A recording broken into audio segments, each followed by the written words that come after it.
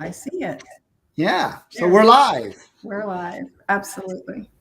So I'm Ed Kaminsky with SportStar Relocation, and we run a national relocation company for athletes and helping them when they're drafted, traded, become free agents, and having really great people on the ground wherever these players are going is critical.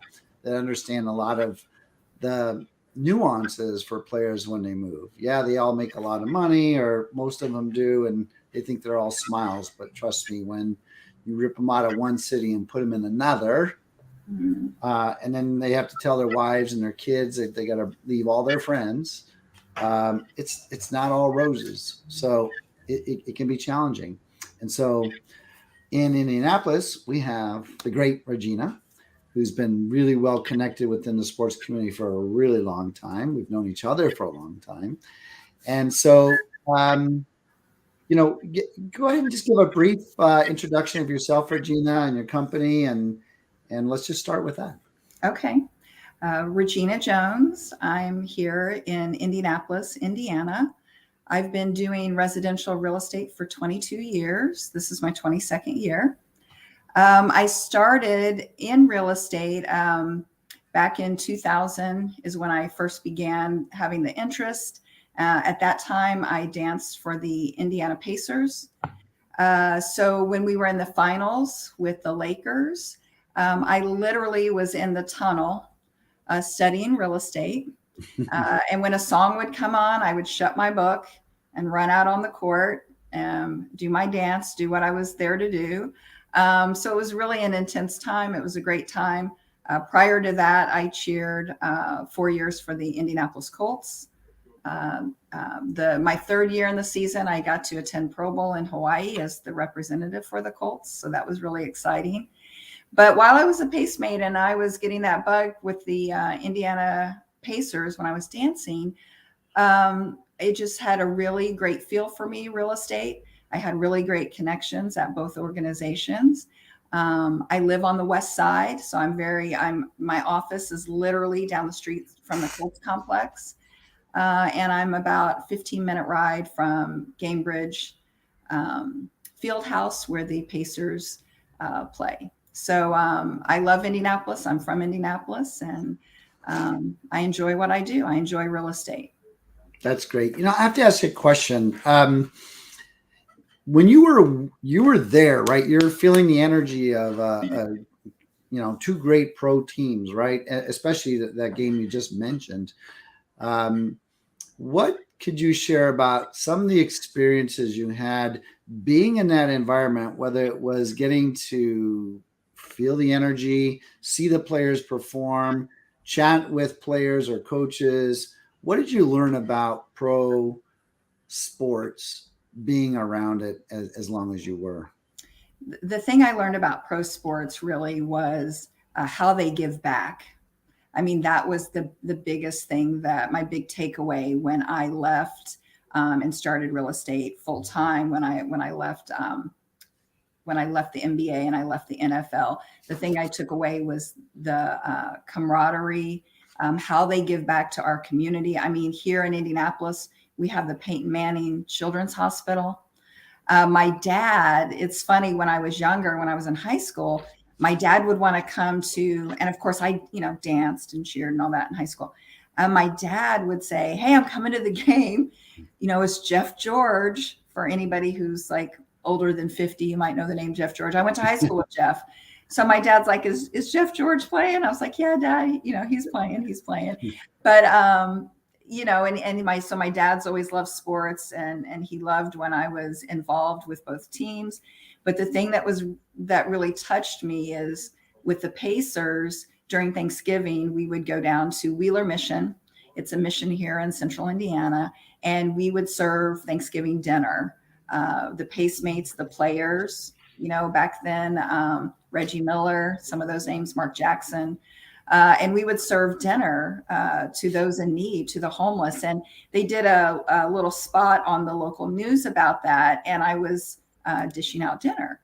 And my dad had called me and he said, I'm always proud of the things that you do. Absolutely. He said, but to see you serving dinner to those in need was the best thing ever.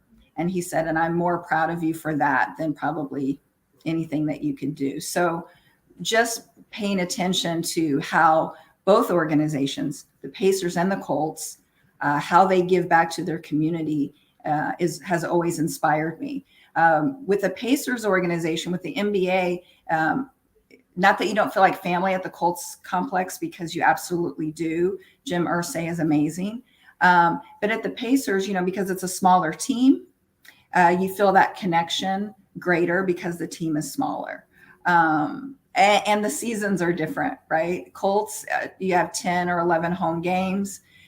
Pacers, I lived back then. It was called Conseco Fieldhouse. I lived there with the NBA, because you had 3 times a week you had practice, and you had 3 games a week or whatever, and that was really intense. And especially in the NBA, if you went on to the finals, because it made your season so long, right? So you were living it. But I think that's the thing that has always inspired me the most about professional athletes, is their compassion, and they're willing to not give 100% on the field, but give 100% to their community. So well, yeah, good for you for picking that up and giving back yourself and going out there and supporting. It's got to be heartwarming for you to be able to experience things like that, for sure. Bringing it back around on the real estate side, right? Why don't you just, briefly describe, you're coming to Indianapolis, you just got, brought on to the Pacers team or the Colts, and, just give us a brief description of the greater area that you service. Well, like I said, I'm on the northwest side of Indianapolis, so I'm just down from the Colts complex. Whenever I have a player come into Indy, whether they're the Colts or the Pacers or Indianapolis Indians, wherever they're coming to, a lot of the questions that I ask are you trying to be near where you're going to be practicing? Are you trying to be on the northwest side? What does that look like to you? What is important to you? I would say a lot of times things that are important are really, where's the airport and what's the quickest route to the airport. So I really get into those logistics. If they're bringing family, it's another kind of mixture in there, because now we're talking about school systems and what are the schools that they're wanting to attend. I service Northwest and the north side of Indianapolis, Zionsville, Carmel, Indiana, Fishers, Indiana. When you get over to Fishers, you get a little bit farther east. That's northeast of Indianapolis. And so it is a little bit harder trek when you're getting to that airport, to the Indianapolis airport, because that's southwest. Well, you brought up schools. Mm-hmm. You brought up schools, and I'm sure most parents are hopeful that kids get a great education and Absolutely. have good schools to pick from. Do you drive location for school based on schools for your clients? Is there certain communities that have better schools than others? And, what's the school landscape look like? Sure. Indianapolis schools all around, great school system. Carmel, like I said, Zionsville. A lot of our private schools are really wonderful schools. Again, it depends. I usually will speak to the wife. If they are married, I will speak to the wife and try to understand what they're looking for in education. You have some players that want diversity. Diversity is huge to them. So we do have great schools that are diverse, or if their kids are also athletes. Brownsburg, Indiana, which is suburbs west of Indianapolis, has a great sports program over there. Carmel does. My old high school, Warren Central, amazing, right, program. So it's really looking into what are they wanting, right? What are they looking for in a school? And then I'm able to really facilitate that. And, the information. And not only that, but you always have to remember, when somebody is coming here from somewhere else, somebody on the team or a coach or an agent or somebody has said, oh, you want to live in bleep, or you want to, your kid wants to go to this school. So it's, which is great that they get referrals and some input from other people, but I try to give them the statistics, show them where the school's located, do a visit with the school, those kind of things. So they really get an understanding, because even if somebody says, oh, they need to live here, a lot of times when they get here, they're like, I don't want to live there. I kind of like this. I like this location better. And I do a lot of information as far as driving and knowing how long it's going to take you to get from your doorstep to the Colts complex, to get to your doorstep down to Gamebridge downtown. So that's got to be a great help for them for sure. Yeah. Now, what about prices? What would you say is the median price in your marketplace, and what does that range look like of values that you have? Well, Ed, Indianapolis is affordable. We always have been. We always will be. The last 3 years, as it was everywhere, everything was a little nutty with the lack of inventory. Supply and demand really kind of shot everything through the roof. But right now, in the markets that I service, median sales price is about $398. Average days on the market, median days on the market, I mean, is 12 days still, which is really wonderful. $398, that's a price of a car in LA, right?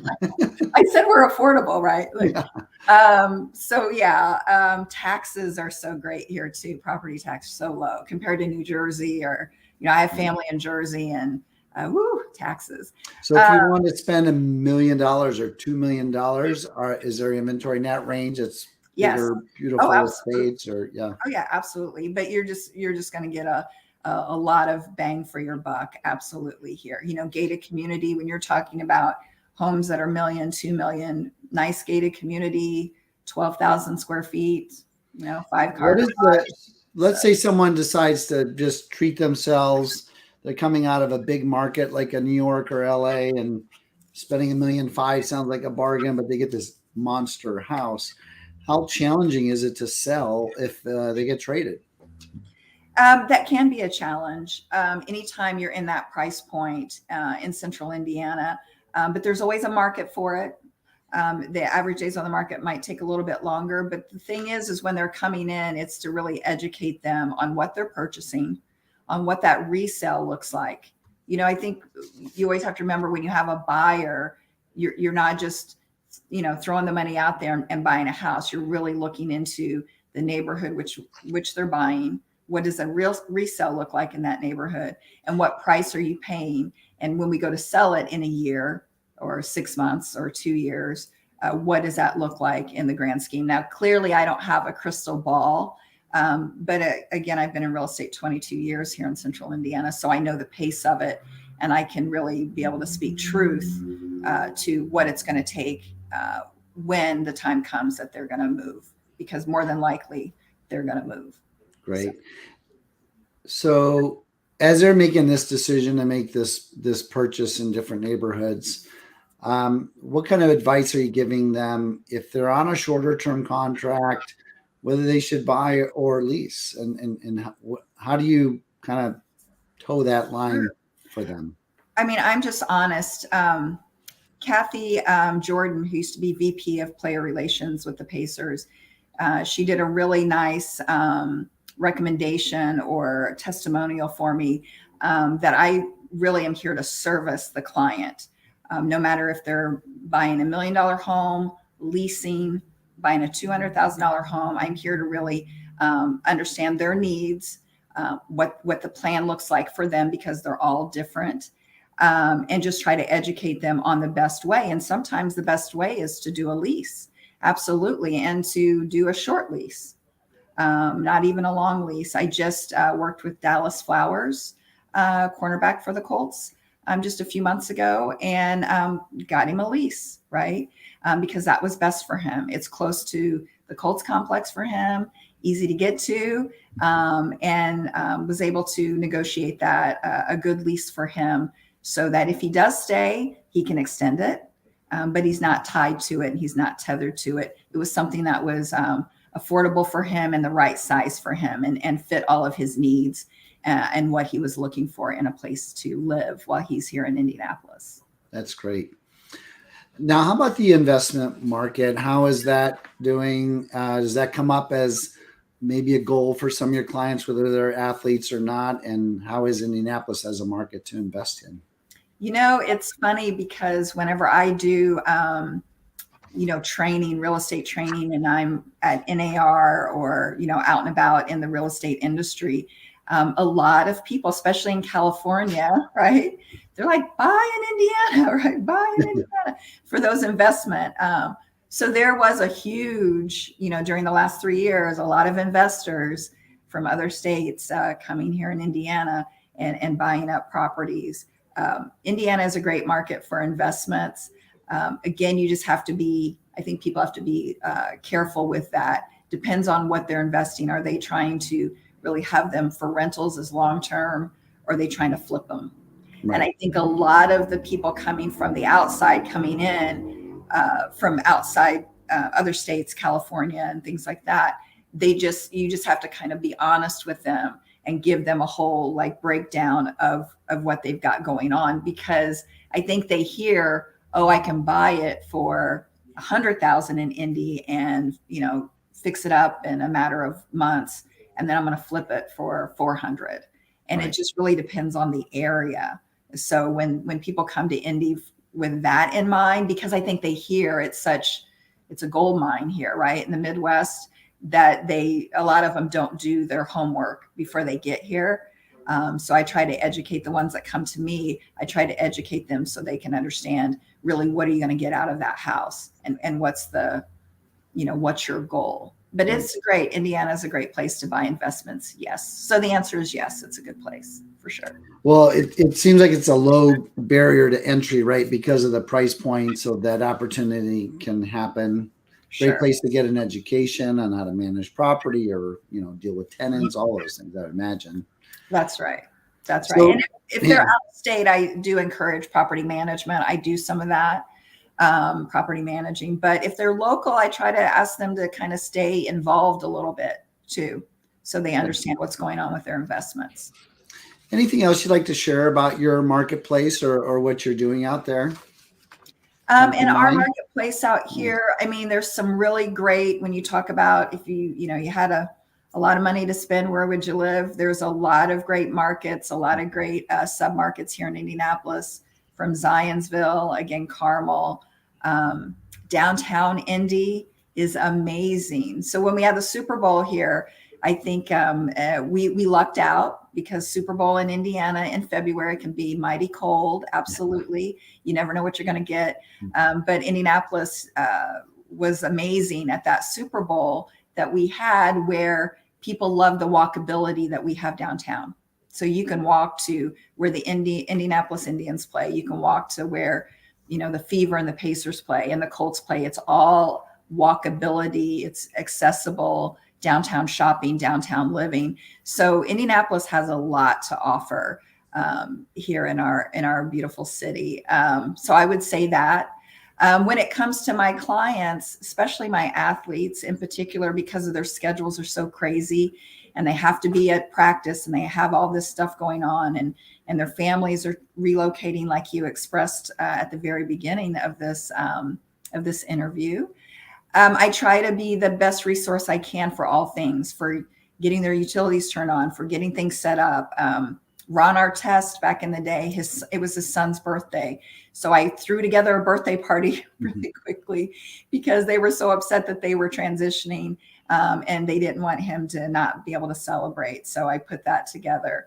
And lastly, I work with a great organizer out of Pennsylvania. The company is called Your Task, Our Time. She deals with celebrities and athletes. The lady that owns that company, Darla Pompilio, I recruit her a lot to come in, and she helps them pack and unpack and organize and all of that. When they're running crazy and their wife is trying to hurry up and play catch up and get to where they're going, she really flies anywhere in the country for the clients, and she will pack them up, get them moved, and even come to Indy and unpack them and get them situated in their new surroundings. So try to give concierge service above and beyond, because I understand how crazy it can be for my clients, for some of my clients, especially the athletes. Absolutely. So I'm sure everybody wants to know any crazy or wild stories you had to experience. It's safe to share. Do I have any crazy or wild experience? Well, I can't. Well, I can tell you. I won't say who it was, but I did have an athlete ask me what a cul-de-sac was. Okay. And I thought that was kind of cute. He's like, "Hey, I have a question." I said, "Sure. What's your question?" He goes, "What's a cul-de-sac?" I was like, Yeah, "It's a that's a court. good one. Good. It's a court." And then I think that's I don't know, that's kind of the most interesting one. Yeah, oh, and one more. When I and this again is going back a long while, but when Ron Artest was my client when he was here in Indy, he allowed me to auction him off for a charity benefit for the homeless. Oh, And basically, what he and his wife did was they cooked dinner. Whoever won the bid, a group of 10, I think it was, you could have you and 9 of your friends. is he a good cook? And he came to their house and he cooked. He cooked salmon and greens, collard greens, best greens ever. Yeah. And so that was very fun. And again, back to charity, right? Yeah, And so that giving back. was a really a great time, but never a dull moment. Absolutely. I enjoy the energy of the athletes. And most of all, I enjoy getting to help them with the most important investment, whether it's, it's a place you call home, whether you're renting it or buying it, it's important to you and you want your family to feel good while you're here in town. So that's Terrific. the priority. Well, thanks for sharing. It's great to get to know a little bit more about you and, of course, your great city. I'd take you out with a cheer, but I'm not sure how to do that. Maybe you can do that. That's okay. That's okay, okay. good. So, Regina, thanks for sharing, and we really appreciate your time today. And if someone wants to reach out to you directly, what's the best way to do that? Best way is to call me or text me, 317-946-2757. And Ed, I enjoy being, I've always appreciated being part of the SportStar team. And I appreciate you guys. Well, thank you. Yeah, we want to be a great help to anybody out there that's moving around the nation, no matter what city you're in. A lot of people ask, did you guys just handle the big sports cities? And the truth is, we get a lot of players that are asking for help from their hometowns and things like that. We actually are on the streets in almost every single town you can imagine. We have connections there. So whatever you need, reach out to us at any time. We appreciate you watching. Have a great day. Thanks, Regina. Thank you. Appreciate it. You're welcome.